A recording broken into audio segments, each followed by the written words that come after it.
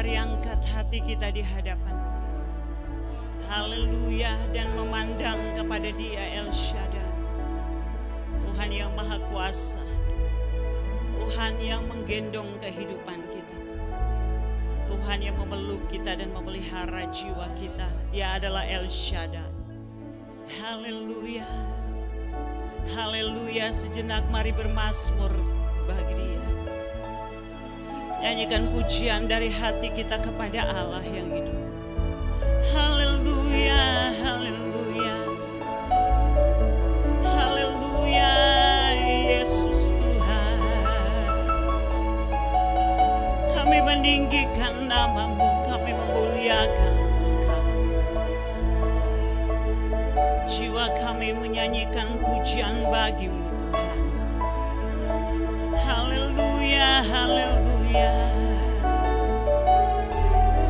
Glory bagi nama-Mu Tuhan. Haleluya. Yesus, terima kasih. Yesus, Engkau baik. Yesus, Engkau ajaib bagi kami. Haleluya. Glory bagi-Mu. Haleluya, haleluya. Haleluya, kami menundukkan hati kami di hadapan-Mu pagi hari ini. Dan mengangkat jiwa kami, mengangkat pengharapan kami kepada Yesus Kristus Tuhan kami. Sumber pengharapan bagi jiwa kami, sumber kekuatan kami, sumber pertolongan kami. Kami bersyukur kami boleh ada di minggu yang pertama di bulan yang baru, bulan April ini. Terima kasih untuk tangan-Mu yang menyertai kehidupan kami. Dan di dalam bulan ini kami boleh memperingati kematian dan kebangkitan Kristus bagi jiwa kami. Dan sungguh hati kami melimpah dengan syukur. Terima kasih Tuhan, pagi hari ini kami membuka hati kami bagi kebenaran firman-Mu. Hamba percaya bahwa firman-Mu hidup dan berkuasa. Firman-Mu mengerjakan perkara-perkara ilahi yang besar dalam hidup setiap kami. Firman-Mu menerobos jiwa kami dan memberikan kami damai dan kemenangan di dalam Kristus. Terima kasih Tuhan. Hamba menyerahkan diri ke dalam tangan-Mu Roh Kudus untuk memimpin dan mengurapi. Kami menyerahkan saat-saat ini. Sementara kami mendengar firman Tuhan, firman-Mu membebaskan kami. Firman-Mu membaharui dan memulihkan hidup kami. Firman-Mu menyatakan karya Tuhan yang luar biasa atas hidup setiap kami. Terima kasih Tuhan. Roh Kudus, kami siap untuk mendengar firman Tuhan dan hamba menyerahkan diri dalam kontrol Tuhan. Di dalam nama Tuhan Yesus kami bersyukur dan kita yang siap mendengar firman Tuhan berkata bersama, amin. Silakan duduk. Shalom. Puji Tuhan, Tuhan baik bagi kita semua. Kita boleh ada di minggu yang pertama di bulan yang baru, bulan April ini. Dan di sepanjang bulan April ini jadi bulan di mana kita merenungkan karya kasih Tuhan bagi kehidupan kita. Karena itu pagi hari ini walaupun masih di awal bulan, saya ingin sharingkan kebenaran firman Tuhan bagi kita. Bagaimana kita mengalami kuasa kebangkitan Kristus dalam kehidupan kita. Pada waktu saya suka membaca banyak buku-buku dan renungan-renungan untuk devosi pribadi, saya menemukan satu perkataan, suatu quote yang ditulis oleh Yohanes Paulus II. Dan dalam satu bagian dia meneguhkan umat Tuhan dan dia berkata seperti ini, janganlah kita membiarkan diri kita hidup dalam keputusasaan, karena kita adalah orang-orang Paskah. Dan haleluya adalah nyanyian kita. Dan saya terberkati. Satu hal dalam kehidupan kita, menjalani kehidupan ini, kita tahu kebenaran firman Tuhan, kita tahu bahwa sebagai orang-orang yang percaya di dalam Kristus, kita diberikan kemenangan dan kita dipimpin untuk mengalami kemenangan di dalam Dia. Namun dalam kenyataan, kehidupan yang kita jalani tidak semudah apa yang kita percayai. Tetapi satu hal kita mau belajar dari firman Tuhan pagi hari ini. Kuasa kebangkitan Kristus memulihkan hidup kita. Kita akan baca bersama-sama di dalam Injil Yohanes 21 ayat 15 sampai 19. Mungkin agak kecil tetapi saya coba copy paste dari firman Tuhan terjemahan baru. Yohanes 21 ayat 15 sampai 19 kita bisa membaca bersama-sama. Ya, gembalakanlah domba-dombaku. Sesudah sarapan Yesus berkata kepada Simon Petrus, Simon anak Yohanes, apakah engkau mengasihi aku lebih daripada mereka ini? Jawab Petrus kepadanya, benar Tuhan, engkau tahu bahwa aku mengasihi engkau. Kata Yesus kepadanya, gembalakanlah domba-dombaku. Kata Yesus pula kepadanya untuk kedua kalinya, Simon anak Yohanes, apakah engkau mengasihi aku? Jawab Petrus kepadanya, benar Tuhan, engkau tahu bahwa aku mengasihi engkau. Kata Yesus kepadanya, gembalakanlah domba-dombaku. Kata Yesus kepadanya untuk ketiga kalinya, Simon anak Yohanes, apakah engkau mengasihi aku? Maka sedih hati Petrus karena Yesus berkata untuk ketiga kalinya, apakah engkau mengasihi aku? Dan ia berkata kepadanya, Tuhan, engkau tahu segala sesuatu. Engkau tahu bahwa aku mengasihi engkau. Kata Yesus kepadanya, gembalakanlah domba-dombaku. Aku berkata kepadamu, sesungguhnya ketika engkau masih muda, engkau mengikat pinggangmu sendiri, dan engkau berjalan kemana saja kau kehendaki. Tetapi jika engkau sudah menjadi tua, engkau akan mengulurkan tanganmu, dan orang lain akan mengikat engkau dan membawa engkau ke tempat yang tidak kau kehendaki. Dan hal ini dikatakannya untuk menyatakan bagaimana Petrus akan mati dan memuliakan Allah. Sesudah mengatakan demikian, ia berkata kepada Petrus, ikutlah aku. Amin. Kalau kita membaca kisah ini adalah kisah yang ditulis setelah Yesus bangkit. Dan Yesus menyatakan diri secara berulang-ulang kepada murid-muridnya selama 40 hari.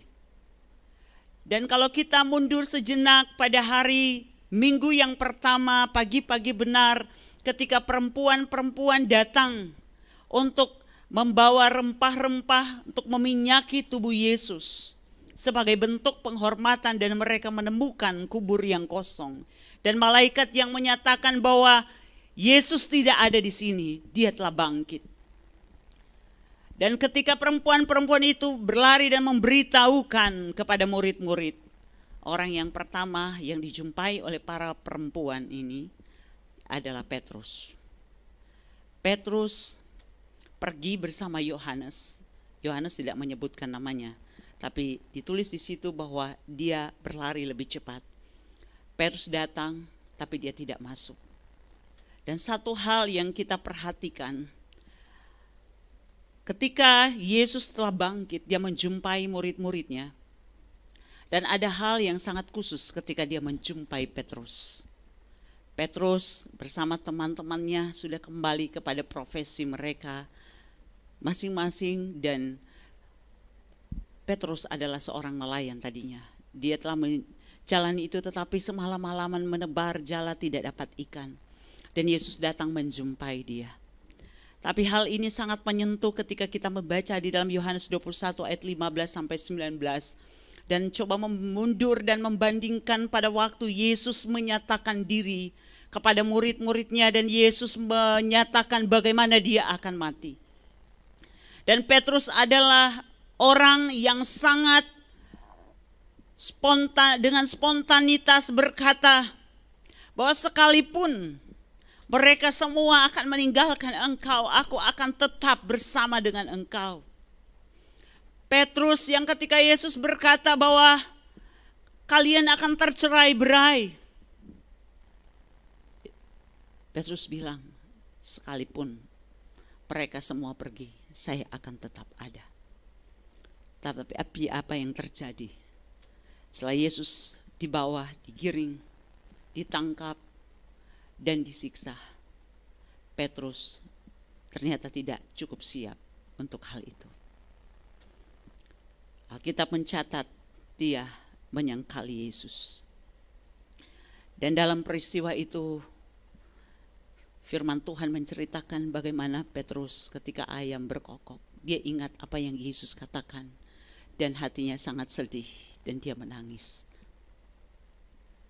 Tapi setelah itu firman Tuhan mencatat, kemarin saya menyampaikan firman Tuhan di Paskah kaum wanita tentang Paskah dan kebangkitan perempuan. Situ dicatat bahwa perempuan-perempuan ini tidak menonjol, tetapi mereka yang mengikuti langkah Yesus pada waktu Yesus melewati Via Dolorosa sampai kepada salib. Mereka juga yang pertama-tama datang ketika pagi-pagi benar dengan tujuan untuk meminyaki tubuh Yesus sebagai bentuk penghormatan karena sebelumnya tidak sempat karena Sabat telah datang. Mereka tidak begitu menonjol, tetapi mereka menunjukkan kesetiaan. Sedangkan Petrus sebagai seorang yang dijuluki juru bicara dari para murid. Ternyata Petrus yang percaya diri itu ciut ketika datang penderitaan, ketika datang ancaman, ketika guru dan Tuhannya menderita dan digiring ke salib. Dan di masa-masa itu masa yang kalau kita merenungkan kenapa Yesus bilang sama dia bahwa Yesus berkata, apakah engkau mengasihi aku lebih daripada mereka ini? Seolah flashback mengingatkan Petrus tentang apa yang dia katakan kepada Tuhan sebelum penyaliban. Dia katakan sekalipun itu terjadi, aku tidak akan pergi, tidak akan meninggalkan engkau. Tapi ternyata kenyataan tidak sesuai dengan janji. Dan pertanyaan Yesus, saya percaya kalau itu ditanyakan kepada kita, itu merupakan sesuatu yang menghancurkan hati kita. Karena itu saya merenungkan dari kebenaran ini 3 hal. Kuasa kebangkitan Kristus memulihkan kehidupan Petrus. Dan kuasa kebangkitan Kristus yang sama itu memulihkan kehidupan setiap kita yang percaya kepada Tuhan. Karena saya berbicara dalam konteks orang-orang yang percaya dan kita melihat ada 3 bagian pemulihan yang dikerjakan oleh Kristus dalam kehidupan Petrus pada masa itu dan dalam kehidupan setiap orang percaya. Yang pertama adalah pemulihan hati. Markus 14 ayat 27, kalau kita coba mundur sejenak dan kita melihat. Di dalam Markus 14 ayat yang ke-27, firman Tuhan menuliskan di situ.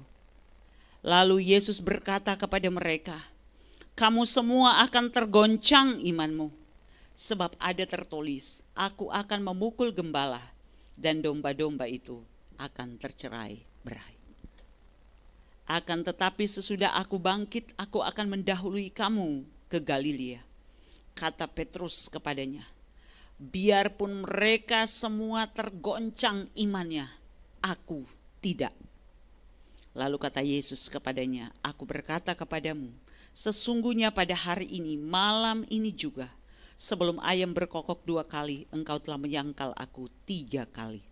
Tetapi dengan lebih bersungguh-sungguh, Petrus berkata, sekalipun aku harus mati bersama-sama engkau, aku takkan menyangkal engkau. Semua yang lain pun berkata demikian.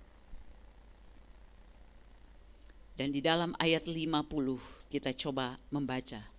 Ketika Yesus ditangkap, apa kata firman Tuhan dalam perikop itu? Lalu semua murid itu meninggalkan dia dan melarikan diri. Ayat 51, ada seorang muda di antara para murid yang pada waktu itu hanya memakai sehelai kain lenan untuk menutup badannya, mengikuti dia. Mereka hendak menangkapnya tetapi ia melepaskan kainnya dan lari dengan telanjang. Itu kondisi murid-murid pada waktu Yesus ditangkap. Mereka yang berkata, kita tidak akan goncang. Gak ada satu hari mereka lari terbirit-birit. Dan di dalam ayat 71 dikatakan di situ, pada waktu saat Yesus di hadapan mahkamah agama, Di halaman itu ada orang yang mendekati Petrus dan sampai 3 kali kemudian Petrus ngeles istilahnya. Tetapi ayat yang ke-7, maka mulailah Petrus mengutuk dan bersumpah, aku tidak kenal orang yang kamu sebut-sebut ini. Siapa orang yang disebut-sebut ini? Yesus. 72, dan pada saat itu berkokoklah ayam untuk kedua kalinya. Maka teringatlah Petrus bahwa Yesus telah berkata kepadanya, sebelum ayam berkokok 2 kali, engkau telah menyangkal aku 3 kali. Lalu menangislah ia terseduh-seduh. Petrus merasa gagal. Petrus yang malu. Petrus yang merasa kecewa dengan dirinya sendiri. Dan kalau kita kembali coba merenungkan jika kita ada di dalam posisi itu pada waktu itu tidaklah mudah bagi pengikut-pengikut Kristus untuk tetap bersama dengan Kristus. Mereka bergumul. Sekarang kita membicarakan tentang Thomas yang kenapa enggak percaya. Saudara, ketika seseorang Yesus yang mereka ikuti pribadi yang ajaib, pribadi yang luar biasa, pribadi yang melakukan mujizat, tanda-tanda ajaib, guru mereka, Tuhan mereka, tapi kemudian menjadi tidak berdaya, ditangkap, menderita, mati disalib, kematian bagi orang yang jahat, penjahat. Yesus mengambil tempat itu.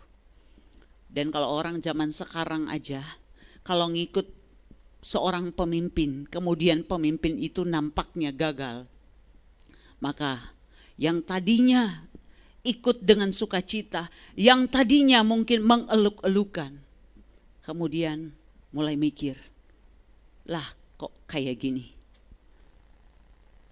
Kalau kayak begini ngapain saya ikut dia? Dan kita tahu di dalam masa-masa itu ketika Yesus melakukan tanda ajaib, walaupun mereka sudah tahu Yesus sudah mengatakannya, tapi kemudian mereka lihat Yesus seolah tak berdaya, dipukuli, dicambuk, dimahkotai dengan duri, digiring, dipermalukan di Via Dolorosa menuju salib. Mati seperti seorang penjahat diapit oleh kedua penjahat. Karena kematian secara disalib adalah kematian untuk orang-orang penjahat luar biasa pada masa itu. Itu gak mudah untuk tetap tinggal percaya dengan kepercayaan yang sama. Ada mungkin yang merasa kecewa, ada yang takut, lari. Apalagi kalau orang bilang Yesus yang berkuasa, Yesus guru dan Tuhan, mana kekuatannya. Dan Petrus pun dalam kondisi yang sama. Dan itulah sebabnya setelah Yesus bangkit, Yesus datang kepada murid-muridnya.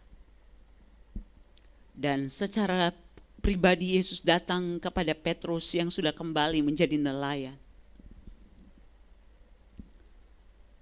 Hanya dengan pertanyaan. Ada satu kekuatan yang luar biasa dari teks ini. Yesus sedang membuka mata hati Petrus untuk melihat kepada dirinya dan melihat kepada Tuhan yang dilayaninya. Kita tahu bahwa hati adalah pusat emosi, pusat dari perasaan, segala sesuatu dalam kehidupan kita ada di sini. Dikelola di dalam hati kita. Ada rasa kecewa, rasa gagal, rasa malu, semua rasa. Dan ini yang dialami oleh Petrus. Gagal, kecewa, gak berarti mungkin itu yang dirasakan Petrus, apalagi dia menyangkal Yesus. Memandang wajah Yesus saja, kayaknya gak sanggup dia lihat muka Yesus. Tapi Yesus adalah pribadi yang penuh dengan kasih. Dia gak nuntut dan bilang, Petrus kamu kan dulu yang kemarin bilang, sekalipun semua tergoncang engkau tidak. Kamu yang meyakinkan bahwa engkau tidak akan pernah meninggalkan aku. Tapi kenyataannya kamu menyangkali aku. Yesus enggak seperti itu. Yesus tidak datang untuk menyatakan itu, menuding, menduduh, menekan Petrus. Tapi Yesus cuma tanya, benarkah engkau mengasihi aku lebih dari mereka semua? Saya rasa Petrus jawabnya, matanya enggak sepenuhnya lihat kepada Yesus mungkin. Benar Tuhan, engkau tahu, dia katakan, engkau tahu aku mengasihi engkau.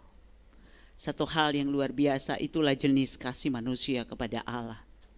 Kasih yang terbatas, kasih yang kadang-kadang gampang di mulut, tetapi sulit di dalam perbuatan dan komitmen hidup. Itulah yang dinyatakan di dalam teks ini. Pertanyaan Yesus kepada Petrus merupakan sentuhan kasih ke kedalaman hati Petrus.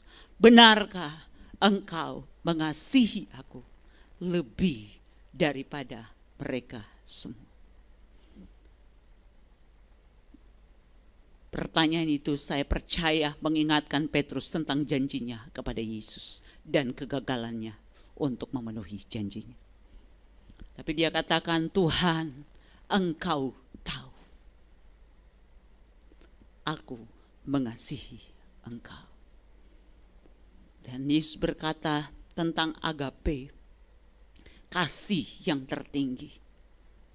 Petrus jawab dengan kasih persahabatan, aku phileo dengan engkau. Dan pada pertanyaan yang ketiga, Yesus menanyakan dengan pengertian yang seperti yang dimengerti oleh Petrus. Dari agape menjadi turun kepada phileo, kualitas dari kasih. Tapi apa yang Yesus tanyakan yang kita pelajari adalah bagaimana Kristus datang untuk memulihkan hati Petrus. Memulihkan hati seorang yang merasa gagal, merasa kecewa, merasa malu dengan dirinya. Merasa malu dengan Tuhan. Dan satu hal itulah yang Tuhan mau nyatakan. Ketika kita hidup dalam kuasa kebangkitan Kristus, kita menikmati pemulihan di dalam hati dan hidup kita. Amin. Berapa banyak orang-orang Kristen yang hidup dalam kekecewaan. Berapa banyak orang-orang Kristen yang mudah sekali untuk menjadi kecewa. Dan kita lihat murid-murid pun mengalami itu. Sampai Thomas pun yang sudah dengar janji, dengar perkataan Yesus pun, teman-temannya cerita dia pengen bukti. Ada banyak hal yang bisa mengaburkan pengiringan kita kepada Tuhan. Dan itu yang dialami oleh murid-murid Tuhan juga dialami oleh Petrus yang istilahnya gagah berani. Berdiri di depan para murid. Dia yang pernah dipuji oleh Tuhan Yesus di atas batu karang. Di atas pengakuan Petrus, aku akan membangun jemaatku. Tapi Petrus juga yang berani menegur Yesus. Baru Petrus loh yang berani. Itu tidak akan terjadi ketika Yesus berkata bahwa dia akan mati, menderita dan mati. Dan Yesus bilang apa sama Petrus? Enyahlah kamu iblis. Petrus juga murid yang dibilangin Yesus, iblis. Kenapa? Karena dia menghalangi. Dan itu terjadi, itu berarti hubungan mereka sangat dekat. Mana mungkin kalau Petrus nggak dekat sama Yesus, Petrus berani negor gurunya. Mana mungkin juga Yesus bilang, enyahlah engkau iblis. Karena Petrus kenal siapa Yesus. Dia gak tersinggung hari itu ketika Yesus bilangin dia iblis. Tapi satu hal, ketika dia gagal untuk memenuhi janjinya kepada Yesus, dia malu. Dalam hidup kita mengalami pengalaman-pengalaman. Perjalanan kehidupan dengan banyak hal yang kurang di dalam kasih kita kepada Tuhan. Tapi satu hal, Tuhan mengasihi kita lebih dari apapun. Tuhan mengasihi kehidupan kita dan dia datang untuk memulihkan pertama-tama hati kita. Dan inilah yang menjadi hal yang Kristus lakukan bagi Petrus, dan saya percaya bagi saya dan saudara. Kita ini mudah terluka, kita mudah kecewa, kita banyak mengalami kegagalan termasuk dalam mematuhi Tuhan. Antara perkataan dan perbuatan beda. Janji kita kepada Tuhan tetapi kemudian secara sengaja, secara sadar kita gagal untuk melakukan. Tapi indahnya Tuhan menerima kita saat kita telah gagal. Dan Tuhan mau membentuk hidup kita dan memulihkan kehidupan kita. Tapi sebelum Dia memulihkan hal-hal yang bersangkut paut dengan kehidupan seutuhnya, apa yang dicari Yesus untuk dipulihkan yang pertama adalah hati. Dan itu yang Dia lakukan bagi Petrus. Saya mengutip tulisan dari para penulis-penulis yang mengasihi Tuhan, beberapa di antaranya melayani Tuhan. Dieter F. Uchtdorf, dia menuliskan, meski kita tidak lengkap, Tuhan mencintai kita sepenuhnya. Meski kita tidak sempurna, Dia mengasihi kita dengan sempurna. Meski kita mungkin merasa tersesat dan tanpa kompas, kasih Tuhan meliputi kita sepenuhnya. Dia mengasihi kita semua, bahkan mereka yang cacat, ditolak, canggung, sedih, ataupun hancur. Tuhan mengasihi setiap kita. Pesan yang dibawa Yesus pada waktu Dia bangkit, ketika Dia menjumpai dan menampakkan diri kepada semua murid-muridnya, dan Dia datang secara khusus kepada pribadi Petrus, Dia pulihkan hati. Seolah-olah dari pertanyaannya Dia ingin berkata, engkau berkata engkau mengasihi aku, benarkah demikian? Dan Petrus dalam hatinya berkata, aku gagal Tuhan. Aku ternyata tidak seperti apa yang aku katakan.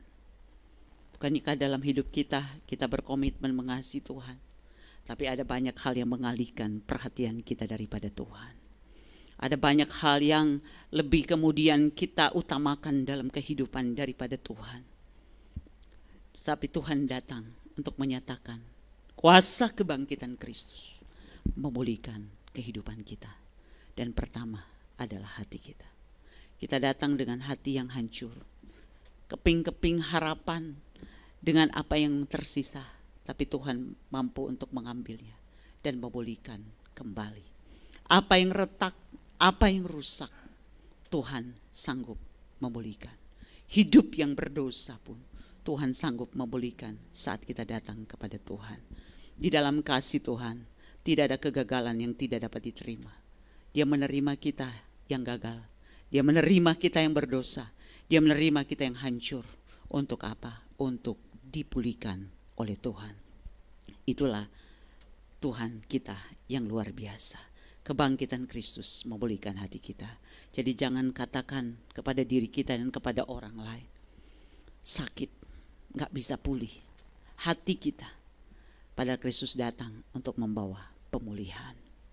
Dan orang-orang yang dipulihkan akan menghadirkan pemulihan bagi orang lain. Sebelum Tuhan memakai Petrus dengan luar biasa lebih dari sebelumnya, apa yang harus dilakukan adalah memulihkan hatinya, memulihkan hidupnya, karena hati adalah pusat kehidupan.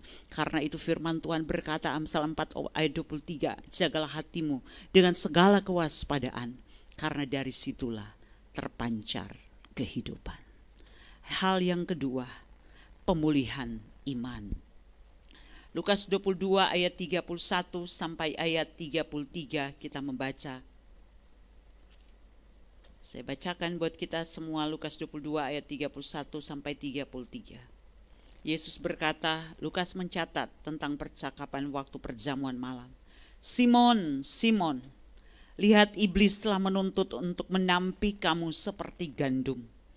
Tetapi aku telah berdoa untuk engkau, supaya imanmu jangan gugur. Dan engkau, jikalau engkau sudah insyaf, kuatkanlah saudara-saudaramu.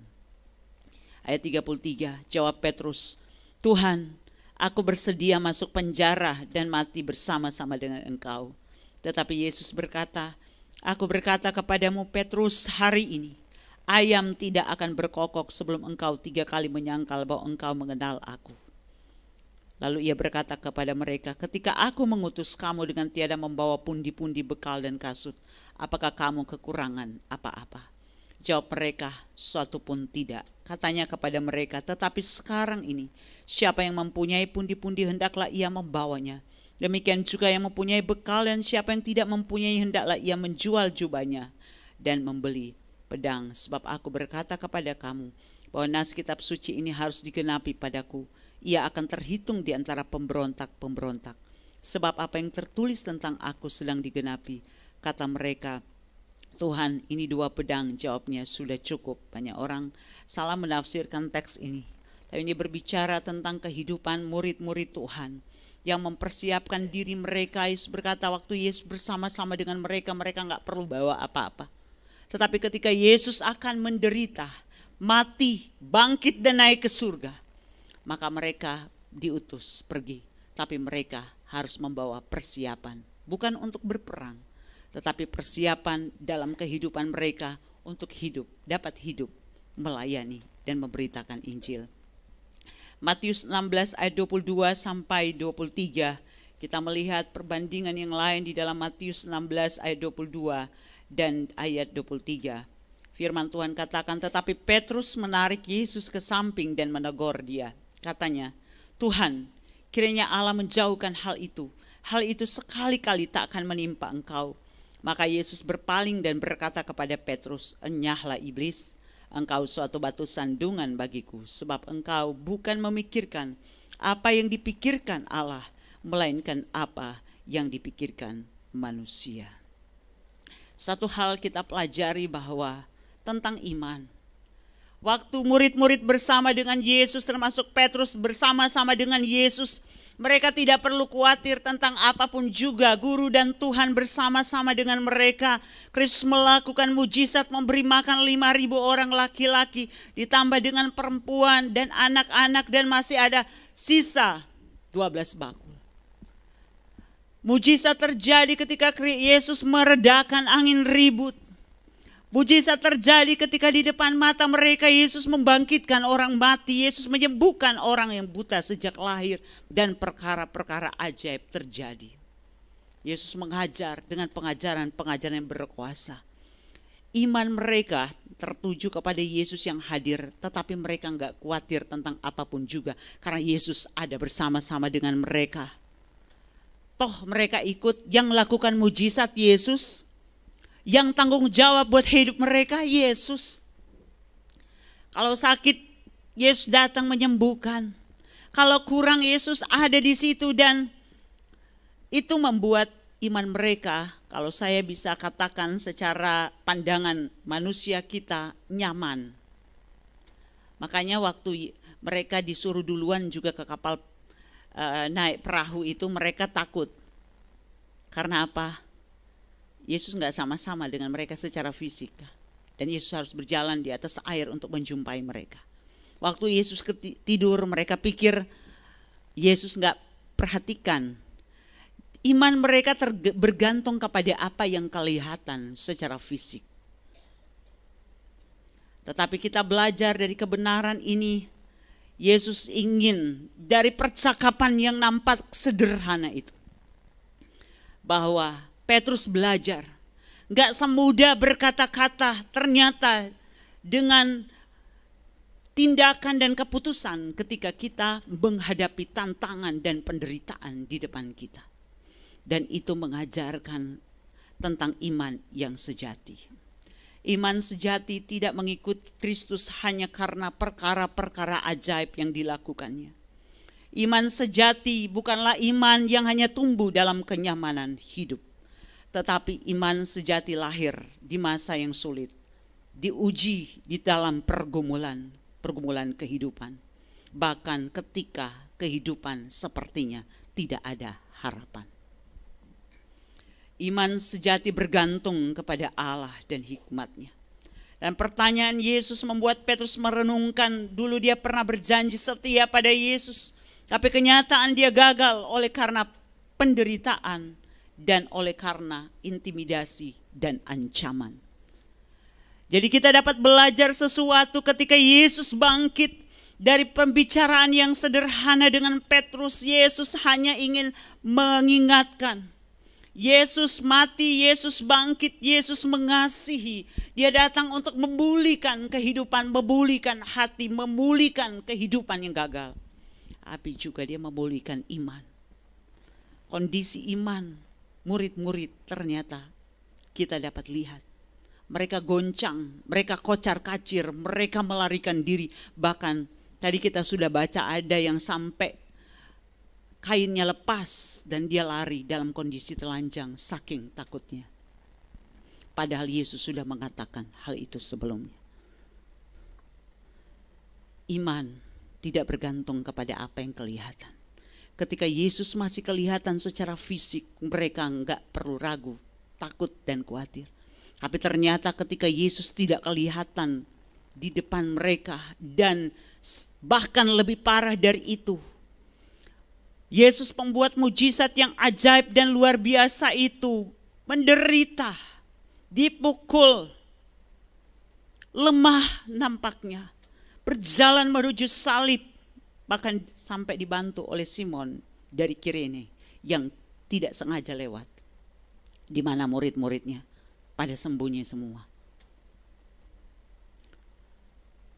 Apa yang kita pelajari? Kehidupan iman tidak bergantung kepada apa yang kelihatan. Kehidupan iman bergantung kepada Tuhan, bahkan yang hari ini tidak kelihatan secara kasat mata dalam hidup kita. Kehidupan iman sejati adalah kepercayaan dan pengharapan kepada Allah di dalam segala keadaan dalam hidup. Dan setelah ini kita akan melihat bagaimana Petrus sungguh-sungguh berubah. Firman Tuhan katakan bagaimana cara dia akan mati kemudian. Sejarah mencatat bahwa Petrus satu-satunya di antara para murid, walaupun mereka semua meninggal secara martir kecuali Yohanes.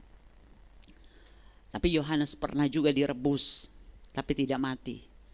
Satu hal, Petruslah yang mati. Sejarah mencatat kepala disalib, kepala terbalik. Karena apa? Karena dia merasa enggak layak. Kepalanya di atas, matinya seperti Kristus. Dan kepalanya dibalik. Dia mati di Roma. Dia menjemput ajalnya sebagai martir. Tapi apa yang dilakukan setelah itu? Petrus sungguh-sungguh berubah. Jadi Petrus yang baru, apalagi ketika juga hari Pentakosta, Petrus yang penuh dengan keberanian iman, keberanian percaya, penuh dengan roh. Menghadapi segala macam ancaman, menghadapi segala macam penindasan, penderitaan, masuk keluar penjara. Tidak pernah merasa gentar. Karena Petrus yang telah mengalami kuasa kebangkitan Kristus, yang telah dipulihkan hatinya dari kecewa, dari rasa gagal, dari segala hal yang bisa menodai langkah iman. Hati ini kalau udah kecewa susah, saudara. Orang ikut Tuhan, orang melayani Tuhan, kalau kecewa tawar. Karena itu kita perlu terus dibaharui hati kita. Harus dipulihkan. Karena dalam hidup, tembakan-tembakan untuk menghancurkan kehidupan iman, kehidupan persekutuan, kehidupan panggilan adalah ke dalam hati kita. Dibuatlah jadi kecewa. Dibuatlah menjadi tawar. Dan akhirnya mundur. Itulah sebabnya kuasa kebangkitan Kristus pertama datang untuk memulihkan hati. Itulah yang dilakukan kepada Petrus oleh Yesus. Dan pemulihan iman. Iman sejati bergantung kepada Allah. Kita bukan hanya berani hidup menyaksikan kuasa Tuhan karena kita hidup dalam kenyamanan, dalam perkara-perkara yang luar biasa, spektakuler. Tapi justru ternyata iman sejati dilahirkan dan dihasilkan dengan luar biasa murni di dalam pengalaman-pengalaman yang sulit. Sehingga walaupun keadaan enggak sepanis yang kita harapkan, kita tetap berada dalam kondisi iman yang tetap stabil, tidak labil. Angin bertiup ke kiri, kita juga miring ke kiri, ke kanan, miring ke kanan. Tapi orang-orang yang sungguh-sungguh hidup dalam Allah, imannya stabil. Karena ditaruh ke dalam tangan Tuhan yang hidup, yang dipercayai. Dan Rasul Paulus juga pernah berkata, aku percaya. Aku tahu kepada siapa aku percaya. Biarlah iman kita juga demikian. Dan kebenaran ini buat saya pertama-tama dan buat kita semua. Germany Kent menuliskan seperti ini. Bersama Tuhan Anda lebih kuat dari pergumulan Anda. Dan lebih ganas dari ketakutan Anda. Tuhan memberikan penghiburan dan kekuatan bagi mereka yang percaya kepadanya. Tetap semangat, tetap berdiri, dan ketahuilah bahwa semuanya akan baik-baik saja. Iman yang memastikan itu terjadi. Next, saya mengutip tulisan dari Billy Graham. Penderitaan adalah bagian dari kondisi manusia, dan itu datang kepada kita semua. Kuncinya adalah bagaimana kita bereaksi terhadapnya. Apakah berpaling dari Allah dalam kemarahan dan kepahitan, atau tumbuh lebih dekat kepadanya dalam kepercayaan dan keyakinan. Katakan bahwa semua kita manusia, semua orang percaya yang ikut Kristus, bahkan melayani Tuhan, akan mengalami tantangan, akan mengalami pergumulan. Tetapi ingat, kita punya Tuhan yang besar, punya Tuhan yang luar biasa. Hidup ini ditentukan oleh respon kita. Apakah tantangan, apakah pergumulan akan membuat kita menjadi pahit hati dan marah kepada Tuhan, atau justru kita memilih untuk semakin dekat kepada Tuhan, tumbuh lebih dekat dalam kepercayaan dan keyakinan. Dan itulah yang Tuhan inginkan dalam hidup kita. Amin. Orang-orang Kristen yang kuat ditemukan di dalam kesukaran dan tantangan. Waduh, kalau begitu saya nggak mau begitu. Tapi hidup akan membawa kita akan mengalaminya. Tapi satu hal kita percaya bahwa hari ini saya dan kita semua hadir di sini karena kita telah mengalami banyak tantangan dan pergumulan. Dan Tuhan sudah menolong kita. Amin. Tuhan telah membuktikan kesetiaannya buat hidup saya dan saudara. Christine Caine, seorang hamba Tuhan dan penulis, berkata, menjadi setia kepada Tuhan bukan berarti Anda tidak takut. Tidak takut menghadapi banyak hal. Tapi itu hanya berarti bahwa iman Anda lebih besar daripada ketakutan Anda. Jadi orang percaya bukan berarti kita gak khawatir, kita gak ada saat lemah atau gak ada saat menjadi takut. Tetapi percaya kepada Tuhan menjadikan kita memiliki iman yang lebih besar daripada segala ketakutan, segala kelemahan, dan segala kekhawatiran kita. Diambang setiap transisi dalam hidup kita, iblis mengirimkan roh ketakutan. Karena itu jadilah kuat dan teguh. Dalam kehidupan kita ada banyak hal yang kita sedang pikirkan hari-hari ini. Tetapi percayalah, kuasa kebangkitan Kristus menolong kita, memulihkan hati dan memulihkan iman kita sehingga kita sanggup berdiri. Pada saat kita merasa sebenarnya kita gak sanggup dengan kekuatan kita, disitulah kita melihat tangan Tuhan menopang kehidupan kita. Luar biasa Tuhan telah memulihkan Petrus dan dia juga akan terus memulihkan kehidupan kita yang datang kepadanya. Yang ketiga, yang terakhir adalah pemulihan panggilan. Yohanes 21 ayat 15 sampai 19 tadi kita sudah baca ketika Yesus datang dan berkata, Simon, anak Yohanes, apakah engkau mengasihi aku lebih daripada mereka semua? Ditanyakan berulang-ulang. Dan kalau kita membandingkan tadi yang kita sudah baca di dalam Matius 4 ayat 19,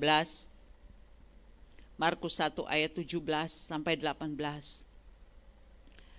Kita coba melihat kembali, mundur sejenak di dalam Matius 4 ayat 19 ketika saat pertama Yesus memanggil Petrus untuk masuk di dalam pelayanan. Matius 4 ayat 19 sampai 20. Yesus berkata kepada mereka, mari ikutlah aku dan kamu akan kujadikan penjala manusia. Lalu mereka pun segera meninggalkan jalannya dan mengikuti dia. Dan setelah Yesus pergi dari sana, dilihatnya pula dua orang bersaudara, yaitu Yakobus anak Zebedeus dan Yohanes saudaranya bersama ayah mereka. Zebedeus sedang membereskan jala di dalam perahu. Yesus memanggil mereka dan mereka segera meninggalkan perahu serta ayahnya lalu mengikuti dia. Jadi mereka adalah nelayan-nelayan yang dipanggil oleh Tuhan Yesus untuk menjadi murid Yesus. Petrus dan Andreas itu bersaudara. Kemudian ada Yohanes dan Yakobus bersaudara. Mereka adalah nelayan yang kemudian dipanggil oleh Yesus untuk mengikut Yesus, melayani Yesus. Dan mereka meninggalkan jalannya, kata firman Tuhan. Dan mereka ikut Yesus kemanapun Yesus pergi. Markus 1 ayat 17 mencatat hal yang sama. Yesus berkata kepada mereka, mari ikutlah aku dan kamu akan kujadikan penjala manusia. Lalu mereka pun segera meninggalkan jalannya dan mengikuti dia. Nah, kalau kita membaca Yohanes 21 ini ada satu kontras di dalamnya. Dulu ketika Yesus datang dan menghampiri mereka dan mengajak mereka mengikuti Yesus, mereka meninggalkan jala mereka untuk mengikuti Yesus dan melayani bersama dengan Yesus. Tapi sesudah Yesus ditangkap, Yesus menderita, Yesus mati dan bangkit.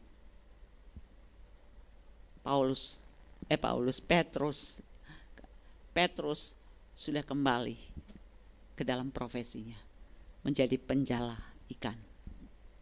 Jadi Yesus datang kepada dia, apakah engkau mengasihi aku? Dia katakan, engkau tahu aku mengasihi engkau. Apa kata Yesus? Gembalakanlah domba-dombaku. Hanya dari percakapan itu dapatkah kita menangkap sesuatu? Yesus berbicara kepada Petrus tentang panggilan. Panggilan untuk melayani. Orang yang telah menyangkali Yesus, yang melarikan diri di saat seharusnya bersama-sama dengan Yesus. Yesus datang dan menghampiri. Kalau engkau mengasihi aku, engkau harus melayani aku. Panggilannya dipulihkan. Yesus gak datang dan bilang, Petrus kamu itu ya, waktu itu sudah berjanji untuk setia, gak akan goncang. Tapi kamu pertama-tama yang nyangkali aku. Kalau begitu kamu gak layak, kamu gak setia, kamu gak bisa dipilih menjadi bagian dari orang-orang yang melayani. Tidak. Yesus datang untuk memulihkan panggilan melayani dalam hidup Petrus. Seorang yang telah gagal, seorang yang telah mengkhianati Yesus dengan menyangkali dia. Satu hal kita belajar, siapapun kita, kasih Tuhan selama kita hidup memberikan kita kesempatan untuk dipulihkan, hidup kita dipulihkan. Panggilan kita untuk melayani dia dipulihkan. Dipanggil dari nelayan menjadi hamba Tuhan, setelah Yesus mati kembali ke profesi lama. Tetapi Tuhan mengingatkan Petrus akan panggilannya. Dan Yesus bilang apa kembali kepada Petrus? Ikutlah aku. Tidak ditolak. Dan itulah kasih Tuhan bagi hidup saya dan saudara. Dia tidak menolak mereka yang datang. Tetapi setiap yang datang dipulihkan kehidupan di dalam dia. Indahnya hidup di dalam Kristus. Rick Warren menuliskan, Tuhan adalah kasih. Dia tidak membutuhkan kita. Kita orang berdosa, orang lemah, siapa sih kita? Tanpa kita, Tuhan tetap Tuhan. Tanpa kita melayani Tuhan, Tuhan tetap ada di tahta dan dia melayani. Dia dilayani oleh alam semesta ini. Kata firman Tuhan, kita suka nyanyi pohon-pohon bertepuk tangan, gunung-gunung bersorak-sorai. Kalau kita gak muji Tuhan, alam pun akan memuji Tuhan. Tetapi Tuhan menginginkan kita dan memberikan kita kepercayaan. Dan itu adalah hal yang paling menakjubkan. Tuhan tidak membutuhkan saya dan saudara sebenarnya. Tetapi dia menginginkan hidup kita dipulihkan dan dipakai menjadi rekannya di dalam pekerjaannya di dunia ini.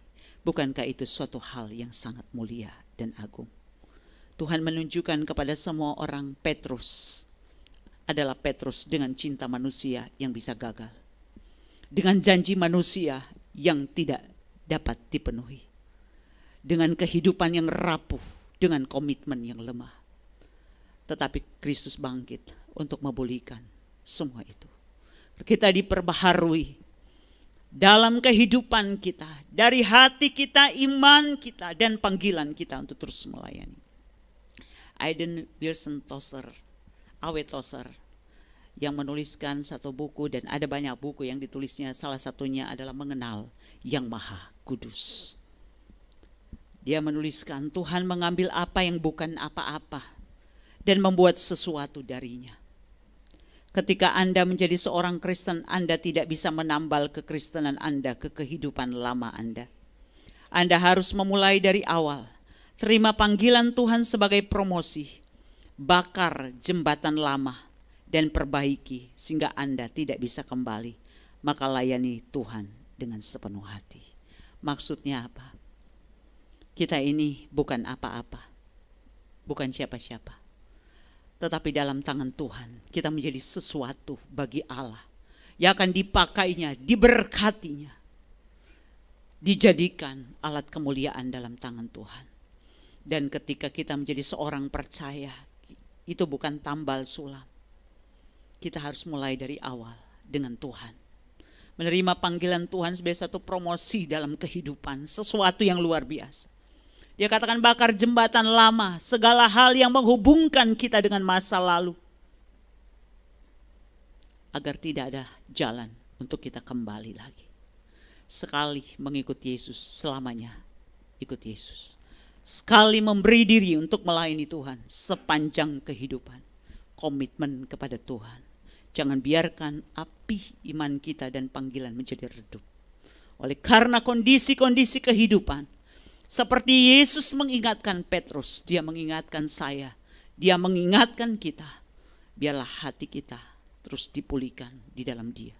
Biarlah iman kita terus dipulihkan di dalam dia. Dan biarlah panggilan Tuhan dalam hidup kita terus dipulihkan di dalam dia. Kuasa kebangkitan Kristus adalah kekuatan bagi saya dan saudara. Hari ini dan sampai Tuhan Yesus datang kembali. Hari ini akan ada satu tanggung jawab yang besar buat hidup saya dan saudara. Untuk menjadi orang-orang percaya, menjadi terang dimanapun kita berada. Jadi alat kemuliaan dalam tangan Tuhan. Adakah di antara kita yang mungkin mengalami kekecewaan di hari-hari ini? Jadi tawar hati. Ingatlah bahwa Kristus telah bangkit, mati dan bangkit bagi kita. Untuk menolong kita dipulihkan. Hati kita, iman kita, dan panggilan kita. Mari kita tundukkan kepala kita di hadapan Tuhan. Kita bawa hidup kita bawa doa-doa kita kepada Tuhan. Dan bolehkah kita menyanyi satu pujian yang merupakan janji kita kepada Tuhan. Mengiringmu seumur hidupku. Ku kan teguh bersamamu Bapa. Haleluya, haleluya. Ketenangan di batinku. Kekuatan di jiwaku adalah bersama dengan Tuhan. Haleluya, haleluya,